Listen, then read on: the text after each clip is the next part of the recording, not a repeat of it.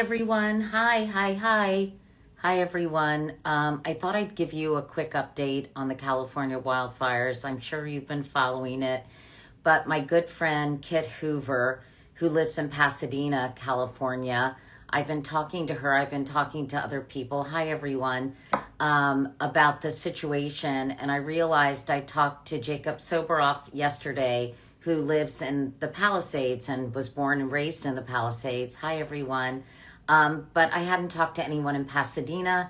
And my friend Kit Hoover, I don't know if you all know Kit. She's the greatest. I just love her. She's in Pasadena. And so I asked if she would be nice enough to get on an Instagram live and just kind of tell us the situation. Kit, hi. Hi, Katie. Oh You my did it. gosh. You did it. I'm so proud of you. We didn't know if I was going to be able to get on live with you. No, thank you for doing this. I can only imagine what the last several days have been like. I think everyone here, all across the country on the East Coast, has been watching this unfold in a state of disbelief. It does look like a hellscape in Los Angeles. So many people, 180,000 people, are under mandatory evacuation. Fires have burned over 27,000 acres, equivalent to nearly 20,000 football fields. Kid, I remember writing in our newsletter in the early days of this that it was burning the equivalent of 5 football fields a minute in Pacific Palisades. And then, of course, there was a second fire in Pasadena. Right now, I think 5 fires are raging. And I know that there was one in Runyon Canyon. So friends of mine in West Hollywood and Laurel Canyon had to evacuate. But listen, you're there. Tell us what the situation is in Pasadena right now. I can see it's very smoky behind you. yes. So, where I am right now is probably, if you can see, Katie, about, I would say, a half a mile from the Rose Bowl. And then if you look where my camera is, from where you're facing, over to the left is Pasadena. And I'm going to scroll the camera around to show you where the Eaton fires are still going on. Sorry, it's going to go on the highway, but tell me if you can see all that. Yes, well, we And then see a lot of smoke and not too many. Well, we see billowing smoke. Not I can't see flames from here, but that fire has not been contained, has it? No, and I'm going to bring my neighbor in here. I'm with my friend Kevin Bender, who knows the area well. Kevin, tell him about this. Is Hi, say hi to Kevin. Katie Couric. Hi, Uh, Kevin. Nice to meet you. Katie, where we are right now, by the way, emotionally, is Kevin is my neighbor. He just hung up the phone with another friend of ours that lost their home. So we're in the middle of trying to help all of anybody we can, but we probably have 10 to 20 personal friends that have lost everything. And the calls just keep coming in with that. But Kevin knows the area, grew up in La Cunada. So kind of explain to Katie what you were to me about the Eaton fire. Yeah, so we're at the very western front of the Eaton Canyon fire. It's right up against what's called the Jet Propulsion Laboratory, which is a NASA facility. And right now, it is really smoky because the wind has died down. So the smoke is now starting to sit, which is is a good sign in terms of the fact that the wind is not pushing the fire around. There is a lot of helicopter and aircraft activity that is starting to address a lot of the still hot spots. Uh-huh.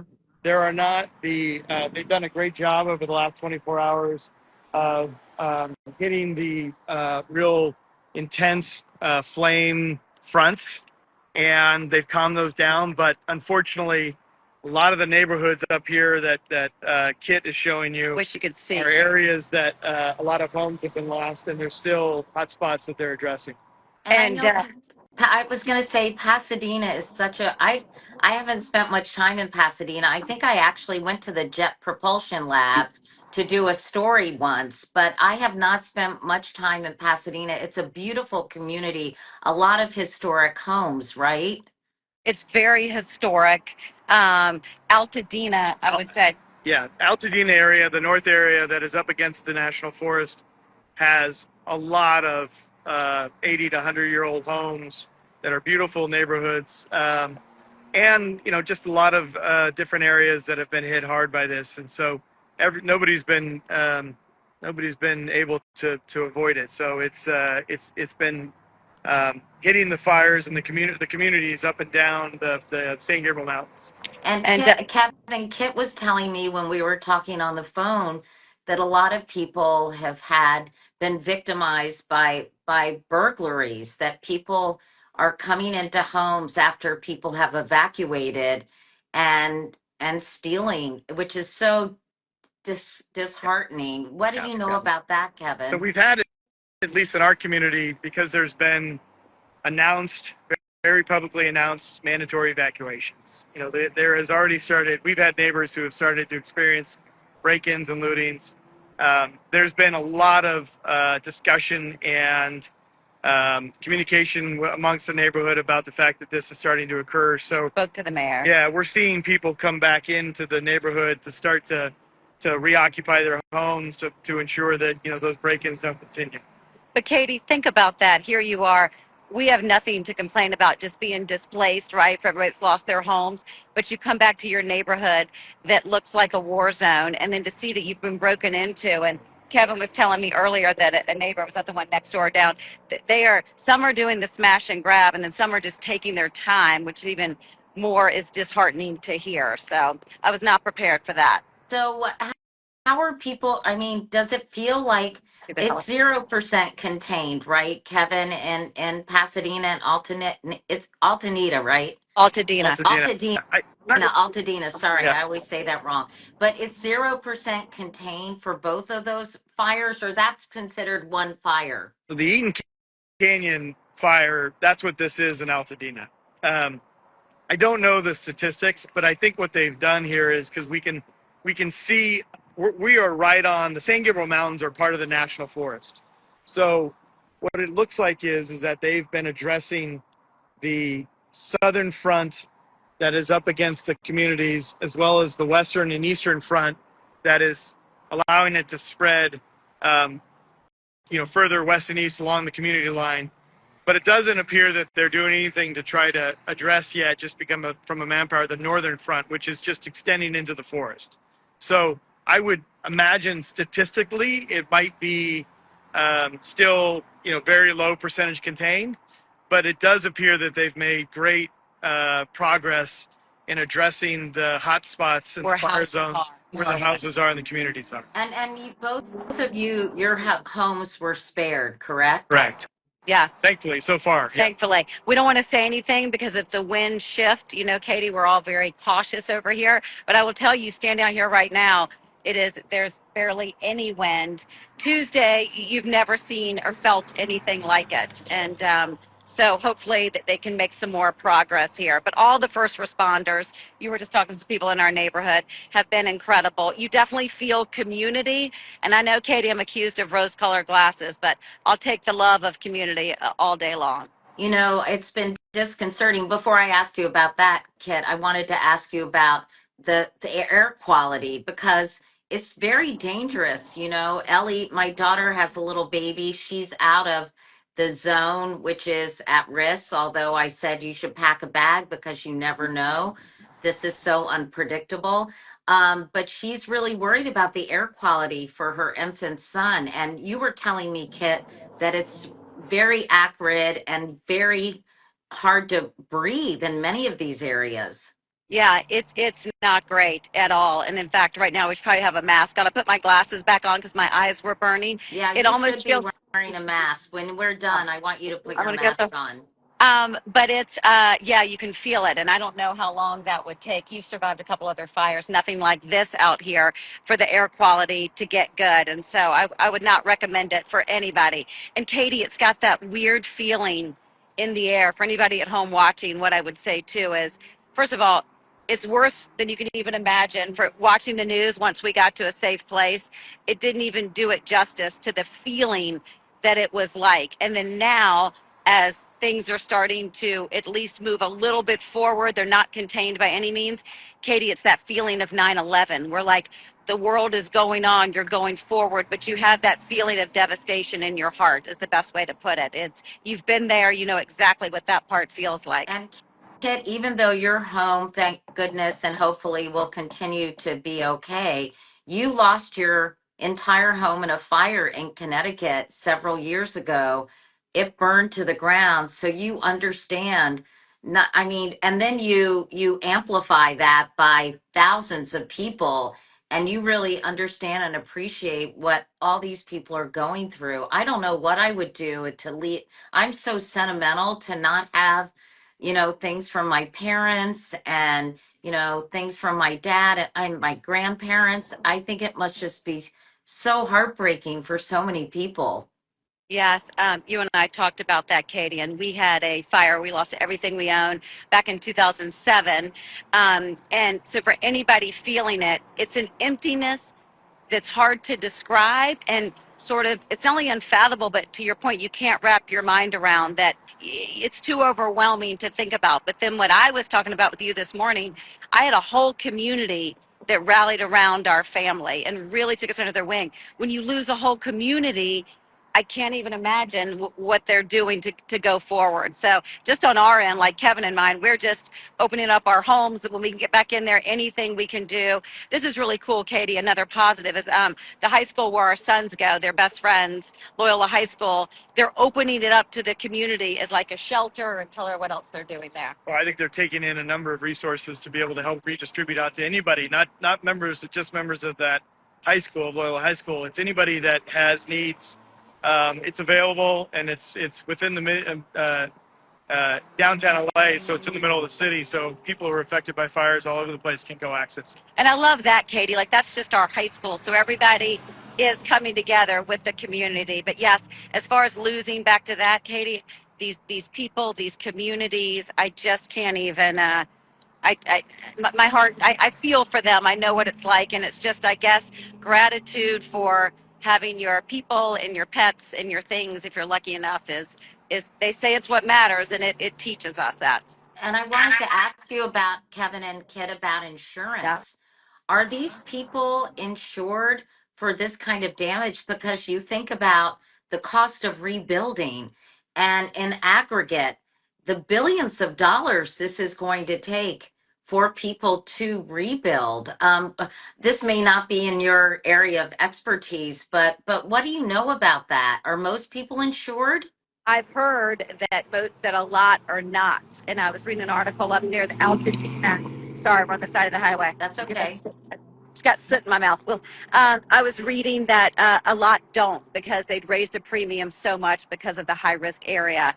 And again, only to bring it back to the little bit that I know, insurance saved us. So I can't even imagine that feeling what most people are going to, and the how litigious you have to be going forward to get what you lost. And it's a whole process, Katie. So yes, I don't think I'm educated enough to speak about it. However, I have heard about that, and that is just a double whammy. A lot of people are politicizing this whole thing, which is, I think, very upsetting. It just doesn't feel right to do this right now when so many people are suffering and struggling. People are pointing fingers at Karen Bass, at Gavin Newsom, at the budget, about DEI programs and the fire department, about all kinds of things. I can't even honestly listen to it because it just seems so wrong at this juncture. But are you hearing a lot of conversations about that? Well, you spoke to the mayor today. What are you hearing on The mayor of our city. Yeah. We just text, but I think there is a lot of discussion around the preparation for what has taken place. Clearly, this is unprecedented, and it sort of was a worst case scenario with the wind direction, the how heavy the winds were, and also the fact, Kevin, that there was a lot of rain the past two winters that created a lot of foliage and a lot of brush, and then that became dry, and that was just like tinder ready to explode, right? It is. I mean, I think that there are legit discussions to have about how quickly we can respond with the fire resources. How does the water system work to be able to support it? And then again, on the looting side, there's been a lot of civic leadership that's been really poor in terms of prosecution. So people feel embrazened and empowered to be able to go do these things. So Period. there are a lot of issues that need to be addressed. Probably not today, as you just described, but there are a lot of questions and a lot of people who are who have lost their home, and thousands, are going to be, certainly wanting to have answers. Yeah. And Katie, for me, you and I spoke a little bit about it.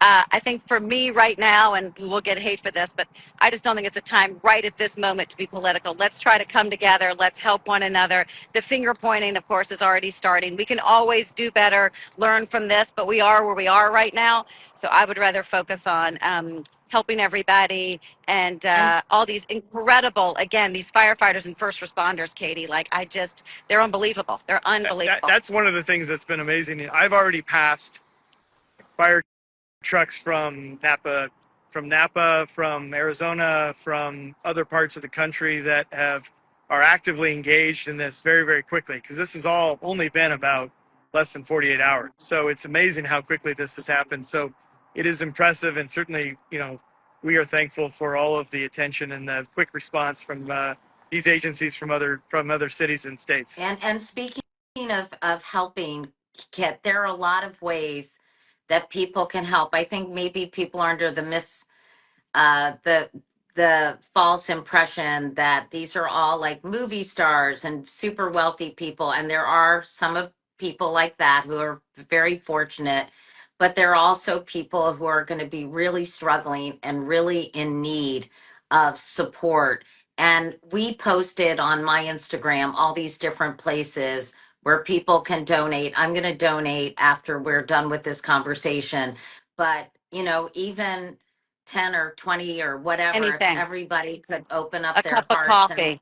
yeah. Yes, and I put it on my Instagram too at Kit Hoover. There's tons of places and tons of shelters that are taking money. There's ways to get involved. We love all your prayers, but action is key. So I put up, check Katie's Instagram, check mine. There's a bunch of a million different ways to try to help, and it does all matter. We're all in this together. On it, I don't know if I told you, Kevin. It's so interesting, Katie. You and I are friends, but you were the first call at 3:30 a.m. in the morning when we got evacuated. The alarm sounded. And so I just feel so connected. Interesting to be talking today from that moment when you leave in the middle of the night, not knowing what you're coming back to. Yeah, and I sure hope, I mean, it's a beautiful part of the country. I It know. seems, I just hope it can come back. And again, my heart goes out, like everyone's been saying about this, to all these people who have just kind of out of nowhere at a moment's notice. Oh, It happened so quickly. It was so unpredictable, and now they've lost their life possessions. And I know that I believe it was in Alta, Altadena. Altadena, Yep. that where that apartment building, I think, just exploded, and that's where those 5 people lost their lives. It came out of nowhere. And so our hearts go out to their families, because that is just a terrifying situation. But you guys are so sweet to spend some time with me, and I know I have the nicest, really most generous followers, and I know they appreciate you taking time. And everyone, if we can all, again, no amount is too small, whatever you can give to the Red Cross. There are all kinds of organizations. Let's kind of open up our hearts and our pocketbooks to support people who are really struggling right now. I can't imagine what it's like. I've been talking to Ellie 24/7 I know. about what it's like, and she said it's just the saddest thing she's ever seen. It looks like a Yeah. hellscape in so many of these areas. So anyway, Kevin, so nice to meet you. Thank you Hey, for good to meet spending you, some Kevin. time with me. And Congratulations. Kit, lots of love, and keep Okay, me thank you. posted on how you're doing. We'll talk later. All right, thank you, Katie. Thanks for spreading the word. Okay, bye everyone. Bye, Thank you. Katie.